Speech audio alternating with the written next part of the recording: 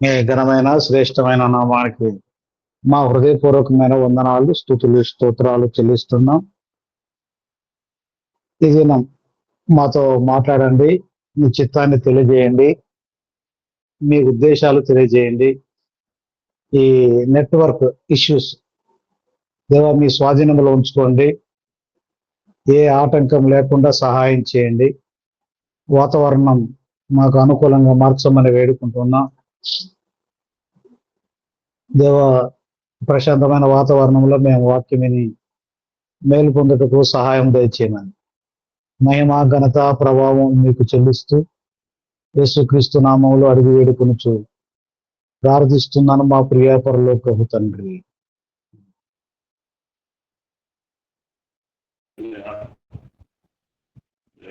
ఆ,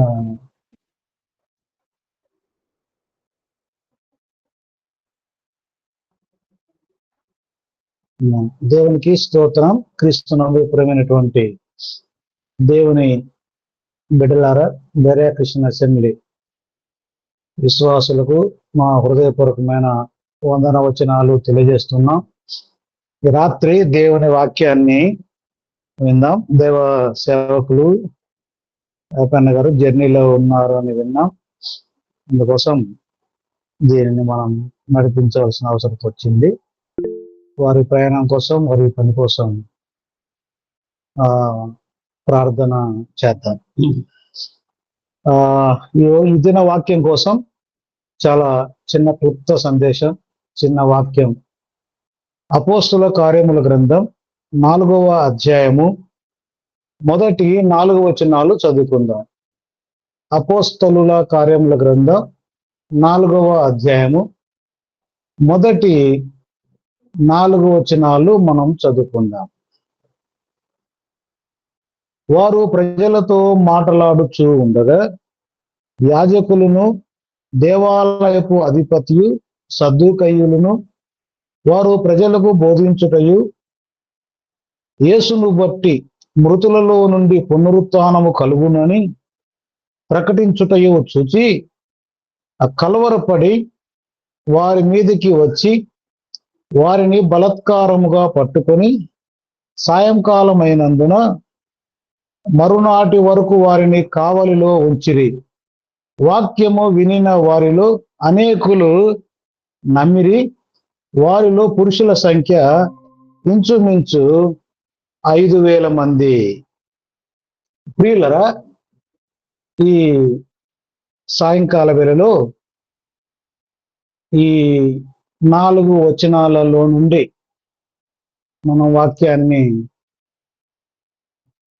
ధ్యానం చేస్తున్నాం. ఒకసారి లాస్ట్ వీక్ నేనేం చెప్పానో మీకు చెప్పి ముగిస్తా. ఈ 3వ అధ్యాయం 22వ వచనములో నుంచి, దేవుడు నా వంటి ఒక ప్రవక్తను మీ సహోదరులలో నుండి పుట్టించును, మీ కొరకు పుట్టించును అనే మాట. అప్పుడు యేసు ప్రభు వారు 3 రకాలుగా ఆయన రక్షకునిగా పుట్టాడు, యాజకునిగా పుట్టాడు, ప్రవక్తగా కూడా పుట్టాడు. 3 కోణాల్లో ఆయన పనిచేశాడని విన్నాం. ఆయన వచ్చి లేదా ఆయన పుట్టి ఆయన చేసే పని ఏంటి అంటే మనల్ని దుష్టత్వం నుంచి మళ్లించడానికి వచ్చాడు, ఆశీర్వదించడానికి వచ్చాడు, రక్షించుటకు వచ్చాడని ఆ విషయాలు విన్నాం. ఇది ఆయన ప్రవక్తగా పుడతాడని పాత నిబంధన కాలంలోనే, మోషే కాలంలోనే చెప్పబడినట్లుగా ఆ ప్రవచనం కూడా నెరవేర్చబడిందని మనం నేర్చుకున్నాం. ఇది ఈ పెద్ద ప్రసంగాలు కాదు, కానీ ఈ చరిత్ర పుస్తకం అని నేను పోయిన వారం చెప్పాను. ఈ పుస్తక ప్రారంభంలోనే, ఉపోద్ఘాతంలోనే క్రొత్త నిబంధనలు హిస్టారికల్ బుక్ ఏమిటి అంటే అపోస్తుల కార్యముల గ్రంథం. సువార్త పుస్తకాలంటే మత్తయి, మార్కు, లూకా, యోహాను. చరిత్ర పుస్తకం అపోస్తుల. దీనిలో సంఘ చరిత్ర, అపోస్తుల చరిత్ర, యేసు ప్రభు చరిత్ర, పాత నిబంధన కాలము జరిగిన చరిత్ర, ఇవన్నీ కనబడతాయి. అందుకని దీనిని చరిత్ర పుస్తకం అన్నారు. ఈ చరిత్ర అని పుస్తకముగా పిలువబడే ఈ గ్రంథంలో 4వ అధ్యాయములో మొదటి 4 వచనాలు మనం చదువుకుందాం.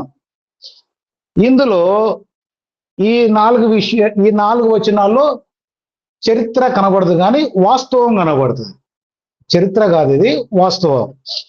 అది ఏమిటి అంటే, ఇది అంతా చెప్పడానికి కుదరదు. నేను ఒక పదం అండర్లైన్ చేసుకోండి. ఒక పదం ఏమిటి అంటే, 2వ వచనంలో వారు ప్రజలకు బోధించుటయు యేసును బట్టి మృతులలో నుండి పునరుత్థానము కలుగునని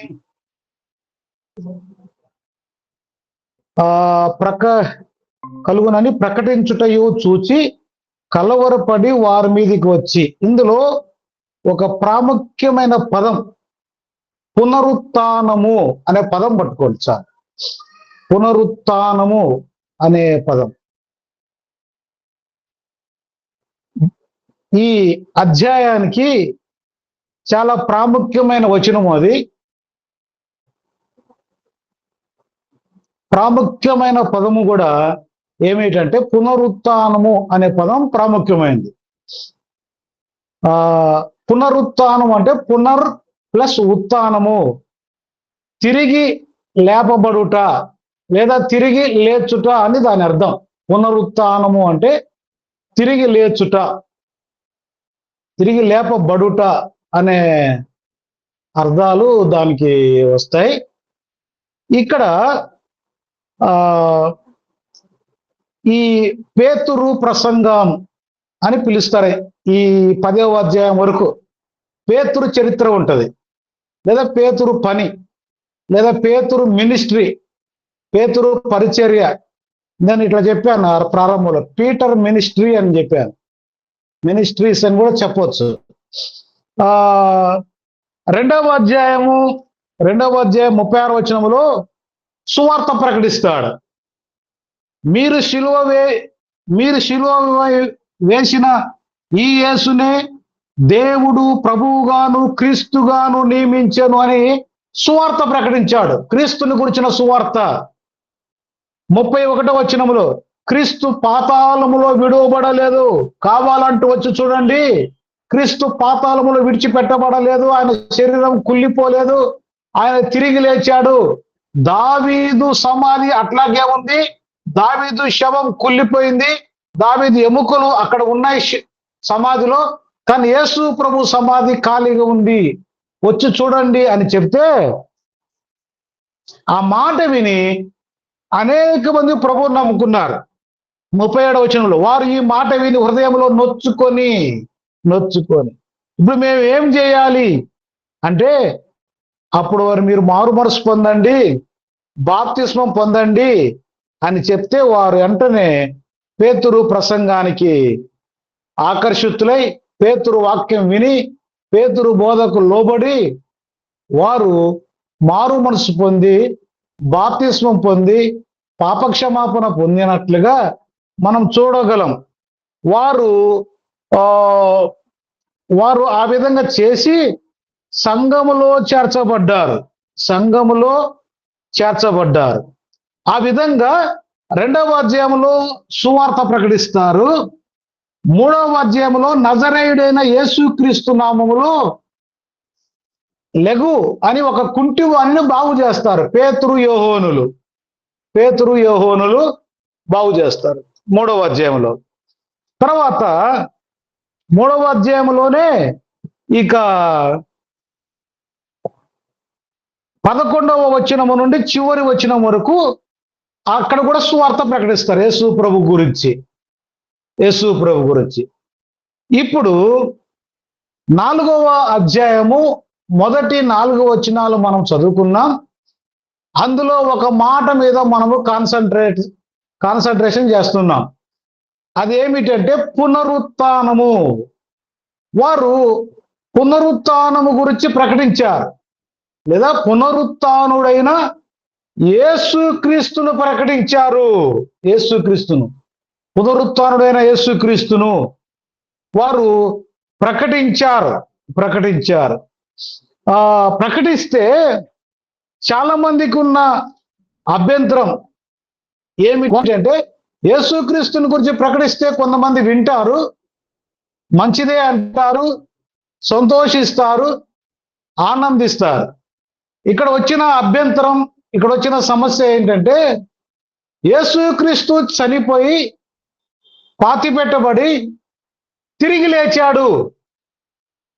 అదే విధంగా ఆయనను నమ్ముకున్న మనము కూడా చనిపోయిన తర్వాత తిరిగి లేస్తాం అని చెప్పే సందేశమే పునరుత్థాన సందేశము. అది పేతురు, యోహానులు చెప్పారు అక్కడ. ఇదిగో యేసు ప్రభు ఎలా కొట్టబడి చనిపోయి పాతిపెట్టబడి తిరిగి లేచాడో, ఆయన యందు విశ్వాసం ఉంచువారు, ఆయనను నమ్మిన వారు, ఆయన రక్తంలో కడుగబడిన వారు ఆయన తిరిగి లేచినట్టుగా తిరిగి లేస్తారు అని చెప్పేసరికి అక్కడ వారు కలవరపడ్డారు. అభ్యంతరం వచ్చేసింది. 4వ వచనం చూడండి. అక్కడ ఆ విషయం చెప్పగానే కలవరపడి ఎవరు? ప్రజలు కలవరపడ్డారు. ఇక్కడ నలుగురు కనపడతారు చూడండి. ఒకటో వచనంలో ప్రజలు కనపడతారు, 2 యాజకులు, 3 దేవాలయపు అధిపతి, 4 సద్దుకయ్యులు. ఈ 4 రకాల వ్యక్తులు ఉంటారు. ప్రజలు, యాజకులు, దేవాలయపు అధిపతి, సద్దుకయ్యులు. వీరు కలవరపడ్డారు. అంటే తెలియదు కదా, ఈ పునరుత్థానం గురించి వారు వినడం వారి జీవితంలో మొట్టమొదటిసారి అందరూ కలవరపడ్డారు. అయితే అందులో చాలా మంది ప్రభువుని నమ్మారు. ఆ ప్రసంగం దెబ్బకు ఎంతమంది నమ్మారంటే 4వ వచనంలో ఉంది, వాక్యం వినిన వారిలో అనేకులు నమ్మిరి, వారిలో పురుషుల సంఖ్య ఇంచుమించు 5,000 మంది. పెద్దలు చెప్పేది ఏంటంటే చరిత్రలో కొంతమంది ఇంచుమించుగా ఒక 20,000 మంది నమ్మింటారు. అక్కడ మనము మాట్లాడుకునేది, మనం ఎప్పుడు ప్రసంగించుకునేది ఒకసారి 3,000 మంది, ఒకసారి 5,000 మంది రక్షించబడ్డారని చెప్పుకుంటాం. కానీ సంఘాల్లో, గ్రామాల్లో ఎక్కడైనా చూడండి, 2 పురుషులు ఉన్నారంటే 6 మంది స్త్రీలు ఉంటారు సంఘంలో. ఇక్కడ 5,000 మంది నమ్ముకున్నారంటే నా 3 భాగాలు స్త్రీలు వేసుకోవాలి. అప్పుడు 5 ముళ్ళు 15,000 మంది స్త్రీలు వేసుకున్నా, 5,000 మంది పురుషులు వేసుకున్నా, మొత్తం 20,000 మంది ఉంటారు. కానీ బైబిల్లో రాయలే, బైబిల్లో చెప్పబడలేదు. చెప్పబడిన దాని గురించి మనం ఒక్క నుంచి చెప్పాల్సిన అవసరం లేదు. అంటే ఒక ఊహ, ఎక్స్పెక్టేషన్ అంటారు దీన్ని. పురుషులే 5,000 మంది ఉంటే స్త్రీలు, యవనస్తులు, చంటి బిడ్డలు అంటే ఈ 5,000 మంది నమ్మిన వారు అని చెప్తా ఉంటారు. మారు మనసు పొందిన వారు అని చెప్తారు. అంటే 5,000 మంది పురుషులే మారు మనసు పొందారా, ఒక్క స్త్రీ కూడా నమ్మలేదా అని ఇట్లా చాలా చాలా ప్రశ్నలు వస్తాయి. అవి మన రేంజ్ కాదు. అది తర్వాత మనం తెలుసుకుందాం నిదానంగా. మొత్తం మీద ఇది విషయం. ఇక్కడ ఆయన పునరుత్థానం గురించి చెప్పగానే వారు ఒక 5,000 మందిని నమ్మారు. ఇందులో ఒక తెగ, బైబిల్లో చాలా తెగలు ఉన్నాయి. ఒక తెగ ఏంటంటే సద్దుకయ్యులు. బాగా తెలిసిన వారు 2 గుంపుల వారు ఉంటారు. ఒకటి పరిసయ్యులు, 2 శాస్త్రులు, 3 సద్దుకయ్యులు. ఈ పరిసయ్యులు, శాస్త్రులు కొంత వాక్యం ఎరిగిన వారే. పరిసయ్యులు అంటే అర్థము పరిశుద్ధులు అని అర్థం. కానీ ఈ నమ్మినట్టే ఉంటారు కానీ నమ్మరు. పైకి భక్తి ఉంటుంది కానీ అంతరంగంలో భక్తి ఉండదు. పరిసయ్యుల పరిస్థితి అది. వీరు ఎప్పుడు విమర్శించడం ఇతరులను, ఎప్పుడు తప్పులు పట్టడం ఇతరులను, ఇదేంటి ఇదేంటి అని అంటా ఉంటారు ఈ శాస్త్రులు, పరిసయ్యులు. మనం మత్తయి సువార్త చూసినా, మార్కు సువార్తలు చూసినా, లూకా సువార్త చూసినా, యోహాను సువార్త ఎక్కడ చూసినా ఆయన యేసు ప్రభు ఏ మేలు చేసినా, ఏ అద్భుత కార్యం చేసినా, ఏ సూచక క్రియ చేసినా వెంటనే ఇది ఎందుకు చేశావు, ఇది ఇప్పుడే ఎందుకు చేశావు, ఈ రోజు ఎందుకు చేశావు, ఇలా ఎందుకు చేశావు అని వారు తప్పులు పట్టారు. కానీ ఎప్పుడు యేసు ప్రభువును అభినందించలేదు, ఎప్పుడు దేవునికి స్తోత్రం చెప్పలేదు, ఎప్పుడు దేవుని నామాన్ని మహిమపరచలేదు. మన జీవితాల్లో, మన కుటుంబాల్లో, సంఘాల్లో చాలా మంది ఇట్లా విమర్శించే వారు ఉంటారు, తప్పులు పట్టేవారు ఉంటారు. ఊరికనే అర్థం చేసుకునేవారు తక్కువ, అభినందించేవారు తక్కువ, సహకరించేవారు, ఏకీభవించేవారు తక్కువ ఉంటారు. ఈ శాస్త్రులు, పరిసయ్యులు కూడా అలాంటి వారే. ఇంకా ప్రాముఖ్యంగా ఇక్కడ సద్దూకయ్యులు అని కనబడతారు. ఈ సద్దూకయ్యులు ఎవరు అంటే వీరు పునరుత్థానాన్ని నమ్మరు. అయ్యా సోదరులారా, ఈరోజు మనము తెలుసుకోవలసిన ఒక ప్రాముఖ్యమైన మాట, ఒక ప్రాముఖ్యమైన పదం, అది ఎవరు అంటే సద్దూకయ్యులు. ఈ సద్దూకయ్యులు ఎవరంటే పునరుత్థానాన్ని నమ్మరు. యేసు ప్రభువు మంచివాడంటే నమ్ముతారు, యేసు ప్రభువు అద్భుతాలు చేస్తాడంటే నమ్ముతారు, చనిపోయి తిరిగి లేచినాడంటే కూడా నమ్ముతారు. కానీ అదే అనుభవం మనకు కూడా ఉంటుంది, మనకు కూడా వస్తుంది. మనం కూడా చనిపోయిన తర్వాత తిరిగి లేస్తామంటే నమ్మరు. అది కాదు, అది అబద్ధం, అది కుదరదు, అది జరగని పని అని వీళ్ళు చెప్తారు సద్దూకయ్యులు. మనము బైబిల్లో ప్రసంగాలు చేస్తూ ఉంటాం, నేర్చుకుంటుంటాం, వింటుంటాం.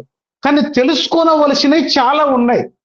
సంఘం గురించి, సంఘ శాస్త్రం, రాకడ గురించి రాకడ శాస్త్రం, అలాగే రక్షణ గురించి రక్షణ శాస్త్రం, థియాలజీ, బాప్తిస్మం గురించి, ఇట్లా చాలా చాలా తెలుసుకుంటాం. అలాగే మనం తెలుసుకోవలసిన ఇంకొక అంశం, ఇంకొక విషయం ఉంది. అదేంటంటే పునరుత్థానము. దాని గురించి తెలుసుకోవాలి, పునరుత్థానాన్ని గురించి నేర్చుకోవాలి. ఈ పునరుత్థాన సందేశం ఏంటంటే యేసు ప్రభు చనిపోయి తిరిగి ఎలా లేచాడో మనము కూడా ఒక రోజున తిరిగి లేస్తాము అనేదే పునరుత్థాన సందేశం. ఇందులో మనం తెలుసుకోవాల్సింది అది. ఈ సద్దూకయ్యులు ఈ పునరుత్థానాన్ని నమ్మడం లేదు. చూడండి ప్రియులారా, వారు ఏమంటారంటే ఈ అపోస్తుల కార్యముల గ్రంథం 17వ అధ్యాయం 18వ వచనం చూడండి. అపోస్తుల కార్యముల గ్రంథం 17వ అధ్యాయము 18వ వచనం. ఎపికూరియులలోను స్తోయికులలోను ఉన్న కొందరు జ్ఞానులు అతనితో వాదించిరి. కొందరు ఈ వదరుబోతు చెప్పునది ఏమిటి అని చెప్పుకొనిరి. అతడు యేసును గూర్చియు పునరుత్థానమును గూర్చియు ప్రకటించెను. ఈ అపోస్తులైన పౌలు గారు కూడా ఈ పునరుత్థానాన్ని గురించి ప్రకటిస్తే ఈ ఏథెన్సు అనే పట్టణంలో జరిగింది. ఇది 16వ వచనం ఉంటుంది. పౌలు ఏథెన్సులో వారి కొరకు కనిపెట్టుకొని ఉండగా ఆ పట్టణం విగ్రహములతో నిండి ఉండేనందున అతని ఆత్మ పరితాపము పట్టలేకపోయాను. ఏథెన్సు పట్టణంలో ఉన్న వారికి కూడా పౌలు భక్తుడు పునరుత్థానాన్ని గురించి ప్రకటిస్తే ఏమన్నారంటే, ఏమంద్రయుడు ఎవరు ఈ వదురుతున్నాడేంటి, ఏదో వాగుతున్నాడేంటి, ఏదో మాట్లాడుతున్నాడేంటి, పునరుద్ధానం ఏంటి, అసలు పునరుద్ధానం ఉందా అని అతనిని ఆ పునరుత్థానాన్ని నమ్మలేదు. ప్రియులారా, నమ్మలేదు. కానీ ఇంకొక మాట చూస్తారు చూడండి. ఇదే 17వ అధ్యాయము 32వ వచనం చూడండి. 32వ వచనం. మృతుల పునరుత్థానమును గురించి వారు వినినప్పుడు కొందరు అపహాస్యము చేసిరి. ఇందాక వాళ్ళేమో ఈ వదరబోతూ వాగుతున్నాడేంట్రా, ఏంది అతను వాగేది, అసలేం అర్థం కావట్లేదు, చచ్చిపోవడం ఏంది, చచ్చిపోయిన వాడు మరలా తిరిగి లేవడం ఏంటి, ఇది అయ్యే పని కాదే అని వాళ్ళు అన్నారు. ఇప్పుడు అపహాస్యం చేశారు, ఎగతాళి చేశారు. ఎగతాళి అంటే ఇది అయ్యే పని కాదులే భయ్, చచ్చిన వాడు ఎట్లా లేస్తాడు, 4 రోజులకు కుల్లడం ప్రారంభిస్తాడు, 10 రోజులు పోయి చూస్తే, 6 నెలలు పోయి చూస్తే, 12 నెలల తర్వాత వెళ్ళి చూస్తే అక్కడ ఏముండవు, ఎముకలు తప్ప. ఒక 10 సంవత్సరాల తర్వాత వెళ్ళి చూస్తే ఎముకలు కూడా ఉండవు అని అతన్ని ఎగతాళి చేశారు ప్రియారా. ఈ సద్దూకయ్యులు ఎవరంటే పునరుత్థానాన్ని నమ్మేవారు కాదు. కానీ నమ్మినా నమ్మకపోయినా మనము పునరుత్థానము ఉంది అని మనం నమ్మవలసిన వారము అన్నాం. ఎందుకంటే యోహాను సువార్త 5వ అధ్యాయము 27వ వచనం చూడండి. యోహాను సువార్త 5వ అధ్యాయము 7వ వచనం, 27వ వచనం. యోహాను సువార్త 5వ అధ్యాయం 27వ వచనంలో ఒక మాట చూడండి. మరియు ఆయన మనుష్య కుమారుడు గనుక తీర్పు తీర్చుటకు అధికారం అనుగ్రహించెను. దీనికి ఆశ్చర్యపడకుడి, ఒక కాలం వచ్చుచున్నది, ఆ కాలమున సమాధిలలో ఉన్న వారందరూ ఆయన శబ్దము విని, ఇప్పుడు బాగా చదవండి 29వ వచనం, మేలు చేసిన వారు జీవ పునరుత్థానమునకు, కీడు చేసిన వారు తీర్పు పునరుత్థానమునకు బయటికి వచ్చెదరు. బయటికి అనమాట అనలే చేయండి. బయటికి అంటే చనిపోయి పాతి పెట్టబడిన వారు తిరిగి లేస్తారు. ఇందులో ఒక పెద్ద కాంట్రవర్షియల్ ఉంది. ఎలా లేస్తారు? ఈ శరీరంతో లేస్తారా, మరొక శరీరంతో లేస్తారా, అంటే ఆత్మ తో వస్తారా ఉంది. అది ఇంకొకసారి మనం ఆలోచన చేద్దాం. ఖచ్చితంగా లేచేది ఖాయం. ఎందుకంటే మొదటి తెస్సలోనిలకు రాసిన పత్రిక 4వ అధ్యాయము 13వ వచనం 14వ వచనములు కూడా రాయబడిన మాట ఏంటంటే, ఇదిగో ఈ మరణించిన వారి గురించి మీకు చెప్పుట మీకు తెలియకుండా నాకు ఇష్టం లేదు. ఎవరైతే చనిపోయి పాతి పెట్టబడతారో యేసు ప్రభు మధ్యాకాశానికి తిరిగి వచ్చినప్పుడు మొదట చనిపోయిన వారు లేస్తారు. చనిపోయిన వారు లేస్తారు అని రాయబడింది. చనిపోయిన వారి గురించిన ఒక భయం ఉంది తెస్సలోనిక సంఘంలో, తెస్సలోనిక పట్టణంలో. ఈ చనిపోయిన వారి సంగతి ఏంటి? అప్పుడు పౌలు గారు వారికి ఒక వివరణ ఇస్తూ, చనిపోయిన వారి గురించి భయపడాల్సిన పనేం లేదయా, చనిపోయిన వారే మొదట లేస్తారు, ఆ మీదట బతికిన వారు ఆయనతో మధ్యాకాశానికి వెళ్ళిపోతారు, ఆరోహణం వెళ్ళిపోతారు అని చెప్పారు. అంటే ఇక్కడ యోహాను సువార్త 5వ అధ్యాయం 29వ వచనములో తీర్పు పునరుత్థానమునకు బయటికి వచ్చారు అంటే సమాధుల నుంచి లేస్తారు, సమాధులు తెరవబడతాయి, సమాధుల నుంచి లేచి వస్తారు అనేది ఉద్దేశం. ఇక్కడ 2 పునరుత్థానం, ఒకటి జీవ పునరుత్థానము, 2 మృతుల పునరుత్థానం. వీళ్ళు తీర్పు పునరుత్థానం చెప్పబడింది. ఈ చనిపోయిన వారికి తీర్పు ఉంటది, నమ్మిన వారికి జీవ పునరుత్థానం అంటే ఒకేసారి పరలోకానికి వెళ్ళిపోవడమే. అక్కడ యుగ యుగాలు బ్రతికి ఉంటాం, యుగ యుగాలు బ్రతికి ఉంటాం. కాబట్టి ఈ పునరుత్థానం గురించి సువార్తలలో, పత్రికలలో అనేక మార్లు అనేక చోట్ల చాలా వివరంగా వ్రాయబడింది. ఈ రోజున ఈ క్లుప్త సందేశంలో ఈ 30 నిమిషాలలో చెప్పడానికి కుదరదు. నేను కొంత సమాచారాన్ని ఇస్తున్నాను. ఇంకా రానున్న రోజుల్లో వీలైతే ఇది సంఘానికి చాలా అవసరమైన సబ్జెక్ట్. నేను అప్పుడప్పుడు దీని గురించి మరింత సమాచారాన్ని నేను తెలుసుకుంటూ, నేను నేర్చుకుంటూ, నేను ధ్యానం చేస్తూ మీకు కూడా కొంత సమాచారం తెలియజేయడానికి నేను ప్రయత్నం చేస్తాను.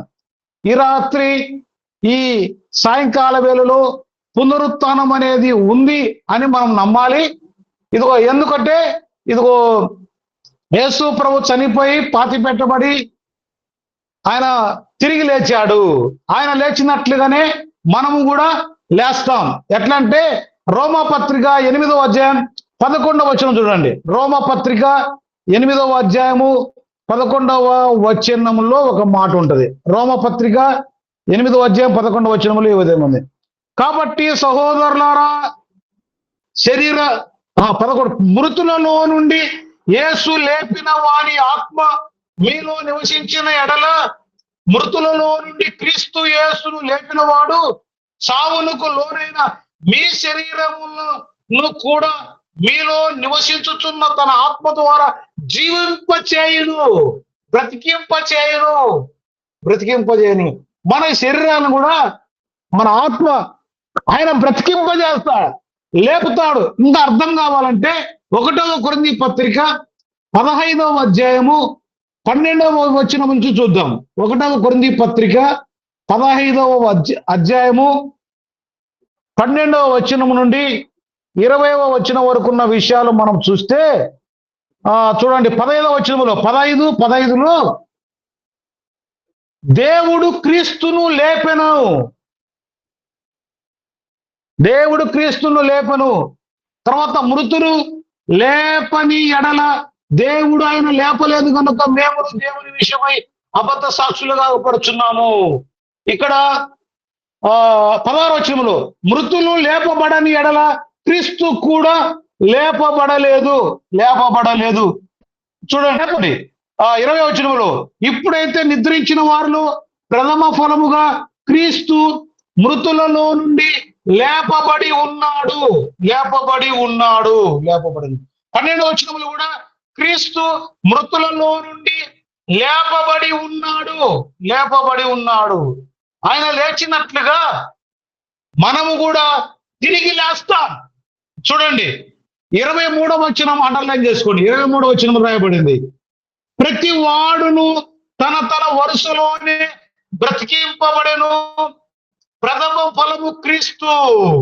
ప్రతి వాడు తన వరుసలో బ్రతికింపబడంటే చనిపోయిన వాడు క్రీస్తునందు, మృతులైన వారు క్రీస్తునందు, చనిపోయిన వారు నమ్మని వారు లేస్తారు.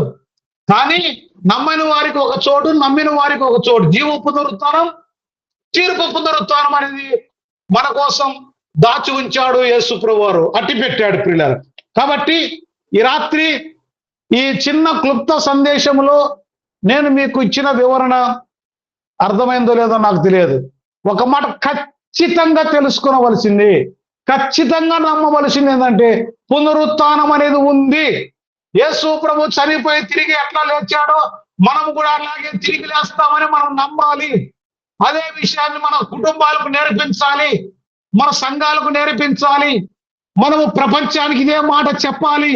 ఇదే మాట ఆ రోజు వారు అదే సత్యం చెప్పారు. కొరింథీయులకు రాసిన పత్రిక అదే కదా చెప్పింది. మన దైవజనులు పెద్దలు యేసన్న గారు ఎక్కువగా సువార్త సభలకు ఉపయోగించుకునే ఒక టైటిల్ ఏమంటే, మేము పునరుత్థానుడైన యేసుక్రీస్తును ప్రకటించుచున్నాము అని ఉంటది. ఇంకొకసారి ఉంటుంది, మేము సిలువ వేయబడిన యేసుక్రీస్తును ప్రకటిస్తున్నాము అన్నది. దానికంటే ఎఫెక్ట్ తో కూడిన మాట, ప్రభావం కలిగిన మాట ఏంటంటే పునరుత్థానుడైన క్రీస్తును ప్రకటిస్తున్నాము. ఇక్కడ పేతురు చేసింది అదే, యోహాను చేసింది అదే, ఈ రోజు మనం కూడా చేస్తుంది అదే. మనం అదే ప్రకటించాలి. కానీ ఒక విషయం కొసం మెరుపు ఏంటంటే, చాలా మందికి పునరుత్థానం గురించి తెలియదు. సంఘాల్లో కొన్ని మన హెబ్రోన్ సంఘాల్లో కానీ ప్రధాన సంఘాల్లో చాలా మటుకు తెలుసు, కానీ మిగతా వాళ్ళకి అన్ని తెలియదు. సంఘాలకి ఇది బోధించాలి, ఇది అవసరం, ఇది నేర్పించాలి. కాబట్టి ప్రియులారా, ఇంకా చాలా ఉన్నాయి. ఈ పునరుత్థానం గురించి చెప్తే వారు కొంతమంది నమ్మలేదు, కొంతమంది అపహాస్యం చేశారు, కొంతమంది అసలు పునరుత్థానము లేదు అన్నారు. నమ్మలేదు, అపహాస్యం చేశారు. ఒక్కోసారి మనం సత్యం చెప్తే, వాస్తవం చెప్తే ఎగతాళి చేస్తారు. లోతుకు దేవుడు చెప్పాడు ఒక మాట, అయ్యా నువ్వు తొందరగా ఈ ప్రదేశాన్ని వదిలిపెట్టి వెళ్ళిపో, నువ్వు రక్షింపబడతావు, నువ్వు కాపాడబడాలంటే నువ్వు నీ ఇంటి వారు అందరి నీ కుమార్తెలు తీసుకొని వెళ్ళిపో అని చెప్తే, లోతు చెప్తాడు వాళ్ళ అల్లులతో, అయ్యా దేవుడు ఈ పట్టణాన్ని నాశనం చేయబోతున్నాడు, మనం వెళ్ళిపోపండి అని చెప్తే, లోతును వారి అల్లుళ్ళు ఎగతాళి చేశారు. అంటే వారు మారు మనసు లేని వారు, నమ్మని వారు, ఏదని చేశారు. అలాగే ఆదికాండం 6వ అధ్యాయంలో నోవాహు కూడా ఓడను తయారు చేసుకుంటే, అయ్యా కొద్ది రోజులలో పెద్ద వర్షం రాబోతుంది, తుఫాను రాబోతా ఉంది, ఈ దేశం నాశనం కాబోతుంది, మనం బ్రతకాలంటే ఇదిగో ఈ ఓడ తయారు చేస్తున్నాను, ఈ ఓడలోకి ఎవరైతే వస్తారో వారు బ్రతుకుతారని చెప్తే వారు కూడా నమ్మలేదు. నీకు పిచ్చి పట్టింది, నీకేం పని లేక ఈ చెక్క పని చేసుకుంటున్నావు, ఈ ఓడ తయారు చేసుకుంటున్నావు అన్నారు. ఎర్రివాడు అన్నారు, నమ్మలేదు వాస్తవాన్ని. ఒకరోజు వచ్చింది, ప్రపంచం నాశనం అయిపోయింది. దేవుడు చెప్పినట్లు చేసిన నోవాహు కుటుంబం బ్రతికింది. ఈ రోజు కూడా అంతే. ఎవరు వినినా వినకపోయినా, నమ్మినా నమ్మకపోయినా మనం సత్యాన్ని, స్వార్థను ప్రకటించవలసిందే. ప్రియులారా, నా మాట ముగిస్తాను. ఇక్కడ వారి సత్యం చెప్పినందుకు వారు ఏం చేశారంటే చూడండి, వారు కలవరపడ్డారు. అపోస్తల కార్యం 4:3లో వారిని బలత్కారముగా పట్టుకొని అంటే చెరసాలలో వేశారు. ఈ సువార్త ప్రకటించినందుకు వారు విమర్శించబడ్డారు. 1, 2 వారు బంధింపబడ్డారు, వారిని బంధించారు. 3 వారు అపహాస్యం చేయబడ్డారు. మనము కూడా సువార్త ప్రకటిస్తే విమర్శిస్తారు, నమ్మరు, అపహాస్యం చేస్తారు, ఎగతాళి చేస్తారు, అవసరమైతే బంధిస్తారు. పేతురును బంధించారు, పౌలును బంధించారు, అనేక మందిని చంపివేశారు, స్టెఫనును రాళ్లతో కొట్టి చంపివేశారు. ఇక్కడ కూడా పునరుత్థానుడైన యేసుక్రీస్తుని గురించి ప్రకటిస్తే వారు అతనిని విమర్శించారు, వారిని బంధించారు, చెరసాలలో వేశారు, ఎగతాళి చేశారు. ఏమైనా ప్రియులారా, ఈ సత్యం తెలుసుకుందాం. మనం కూడా వెనుక వైపు చూడక ముందుకు సాగి వెళ్దాం. 8:30 అయింది. నాకున్న అలవాటు 8:25కే ముగించటం. మనం ముగిస్తున్నాను. ఈ మాటలు మీకు అర్థమైనాయని అనుకుంటున్నాను. దేవుడు ఈ మాటలు దీవించును గాక. మరింత సమాచారం, మరింత వాక్యం వచ్చే వారంలో నెక్స్ట్ వీక్ విందాం. దేవుడు ఈ మాటలు దీవించును గాక. ఈ సమయంలో మన సహోదరులు, పెద్దలు రమేష్ అన్న లైన్లో నాకు కనబడట్లేదు, లైన్లో ఉంటే ముగింపు ప్రార్థన చేయండి, ముగించుకుందాం.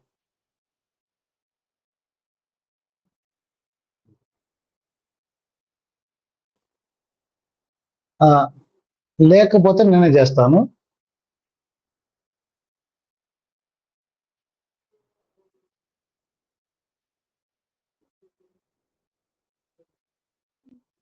సరే, నేను ప్రార్థన చేస్తాను.